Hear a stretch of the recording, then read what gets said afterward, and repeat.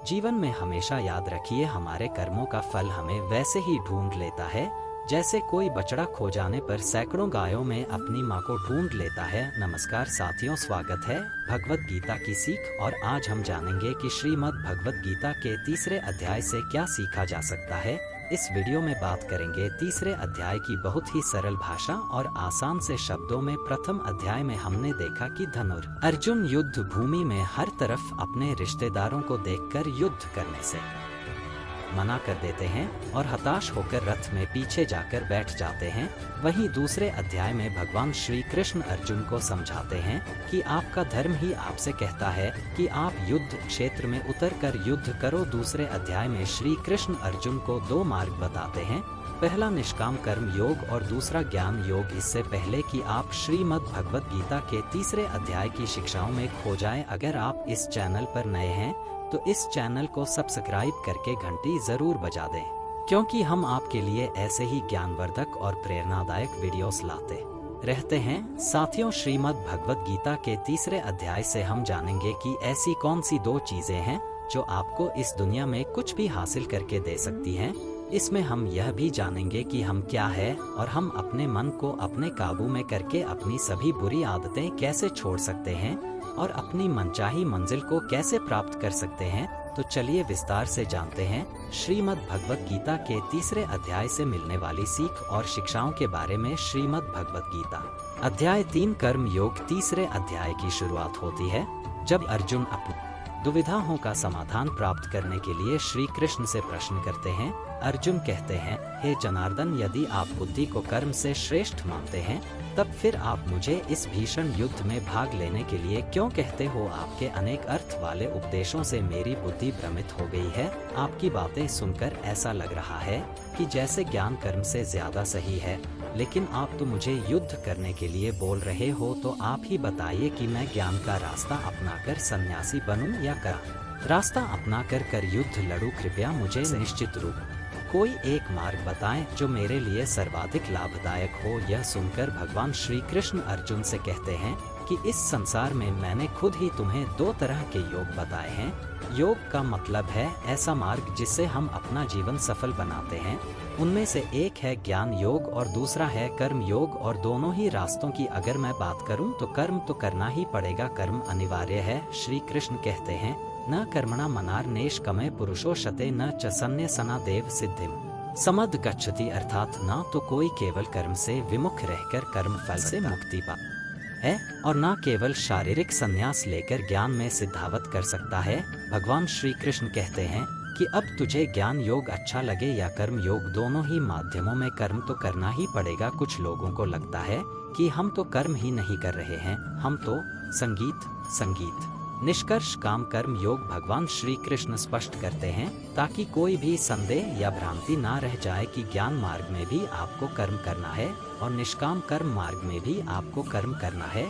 भगवान श्री कृष्ण कहते हैं कि अगर कोई ऐसा कहता है कि वह तो ब्रह्मास्मि हो चुका है, बिना कर्म करे ही, तो वह सिर्फ और सिर्फ दंभी है, अहंकारी है, वह झूठ बोल रहा है। भगवान कहते हैं कोई भी मनुष्य एक क्षण के लिए भी अकमा नहीं रह सकता। वास्तव में सभी प्राणी प्रकृति द्वारा उत्पन्न गुणों के अनुसार कर्म करने के लिए विवश होते हैं।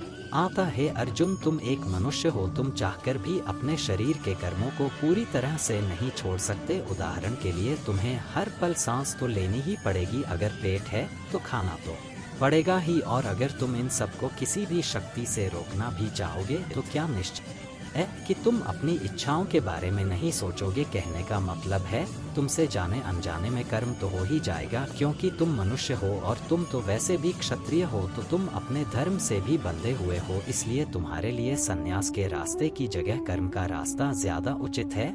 मतलब ज्ञान योग की जगह कर्म योग ज्यादा सही है।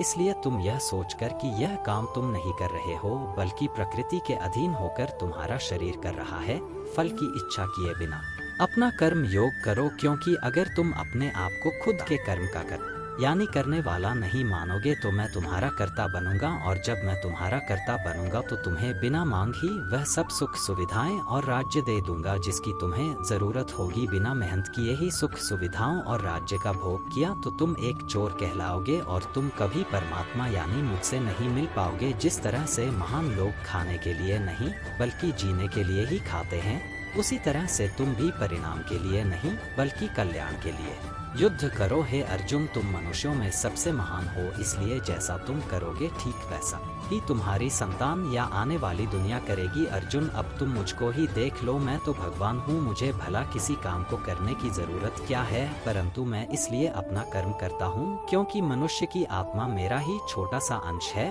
और जैसा मैं करूँगा वैसा ही फिर मनुष्य करेगा, अन्यथा पूरी सृष्टि ही नष्ट हो जाएगी। कोई अगर तुम्हारा साथ भी ना दे या तुम्हारी आलोचना भी करे तो तुम उसको बिना कुछ कहे सिर्फ अपना कर्म करते जाओ, और ऐसा करने पर वह मनुष्य भी कुछ समय पश्चात तुम्हारे जैसा ही करने लगेगा। श्री कृष्ण कहते हैं, मसर वाणी कर्माणि सनस आध्यात्म चेत सा निराश निर्मोह भूतवा युद्ध विगत जरा, अर्थात अपने समस्त कर्मों को मुझको अर्पित करके और परमात्मा के रूप में निरंतर मेरा ध्यान करते हुए कामना और स्वार्थ से रहित होकर अपने मानसिक दुखों को त्याग कर युद्ध करो। जो व्यक्ति यह सोचता है कि कर्म वह खुद करता है, उससे बड़ा मूर्ख और दुखी इस दुनिया में और कोई नहीं है, और ज्ञानी लोगों के द्वारा ऐसे मूर्खों को कभी नहीं छेड़ा जाना चाहिए। इसलिए अर्जुन, तू भी अपने आप को इस कर्म के बंधन में ना बांधकर बिना किसी आशा के, दया के और पछतावे के अपना कर्म कर। हे अर्जुन, खुद का धर्म और कर्म दूसरों के धर्म और कर्म से ज्यादा अच्छा समझा जाना चाहिए, भले ही हमारे खुद के धर्म में और कर्म के पालन करने में कोई कमी रह जाए। अर्जुन ने फिर सवाल किया कि अगर मनुष्य उसी परमात्मा का अंश है तो उससे गलतियां क्यों हो जाती हैं और वह बुरे काम क्यों करता है।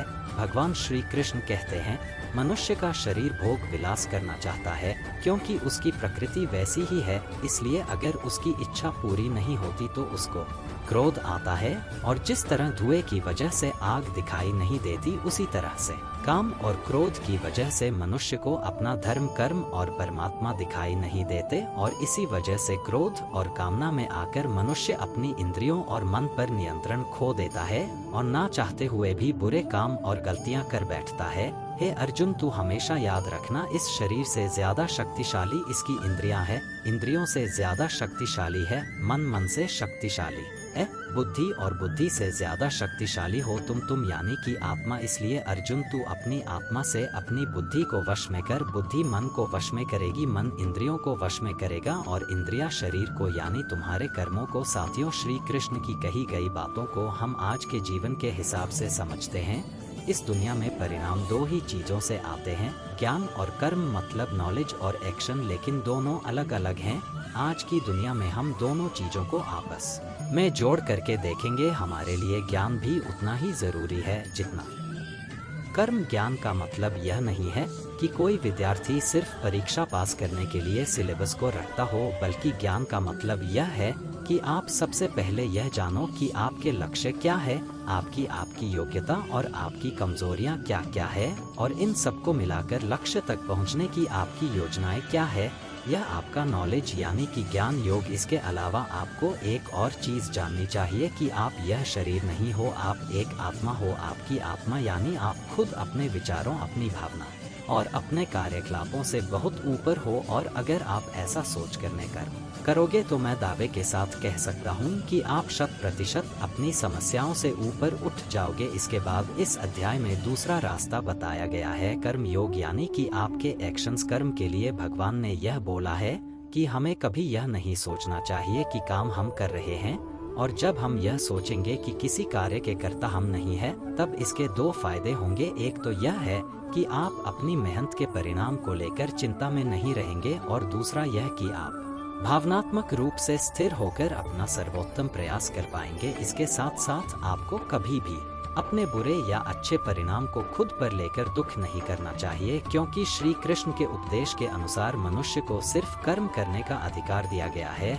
उसके परिणामों का नहीं। इसके अलावा आप अपनी किसी भी बुरी आदत से कैसे छुटकारा पाएं, इसको बहुत ही आसान शब्दों में बताया गया है कि आप अपने आप को उस परमात्मा का ही छोटा सा रूप यानी कि सिर्फ एक आत्मा समझे और आत्मा के ध्यान से अपने मस्तिष्क यानी विचारों को और विचारों से अपने मन को काबू में करें, और इसके बाद आपका मन अपने आप आपके सभी फिजिकल सेंसेस यानी कि इंद्रियों को काबू में कर लेगा। और जब आपकी इंद्रियां काबू में हो जाएंगी तब बुरी आदत छोड़ना तो क्या किसी भी कार्य में कुछ भी मुश्किल नहीं होगी। साथियों, उम्मीद है आपको श्रीमद् भगवत गीता के 3 अध्याय की यह सरल व्याख्या जरूर पसंद आई होगी और आपको इससे बहुत कुछ सीखने को मिला होगा। वीडियो को लाइक करके कमेंट में जय श्री राधे कृष्णा लिखना ना भूलें। अगर इस वीडियो में मुझसे कोई भी त्रुटि रह गई हो तो मैं क्षमा प्रार्थी हूँ। मिलते हैं जल्दी ही श्रीमद् भगवत गीता के 4 अध्याय की आसान और सरल व्याख्या के साथ। तब तक के लिए अपना ख्याल रखें। जय श्री राधे कृष्ण। श्री राधे कृष्ण।